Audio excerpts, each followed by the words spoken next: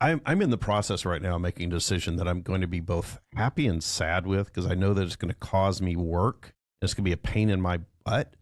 But I'm looking at changing banks. No, that is a pain in the butt. It's because they get their claws in you, and everything is tied to and all my vendors and all my bills and everything. All your auto pays. All my auto pays. I've got like 9 different accounts at this bank, and they just tick me off because they're just dumb.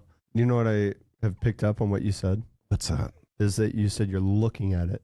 I'm in the process of deciding, because the pain of changing is holding me there, but I know I should just change anyway, but it's just... So you're in the valley of indecision. I am in the valley of indecision, and I'm trying to decide. But look, I'll tell you what caused me to do this. Hold on. You're trying to decide. I'm right. This just came up yesterday. You're deciding. I am deciding. You can't try to decide. You can either decide or not. You can either stay at the bank or you can move. You're so annoying. There's only 2 options there. All right.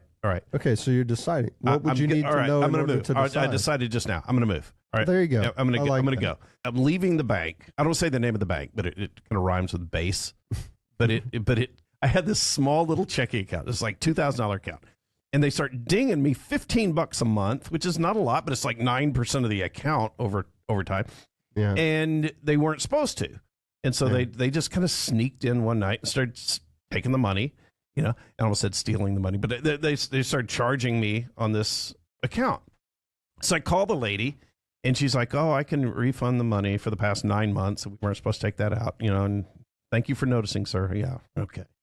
And I said, "Well, what I'm really interested in you doing is fixing it so it doesn't happen." Right. I understand you can replace the money.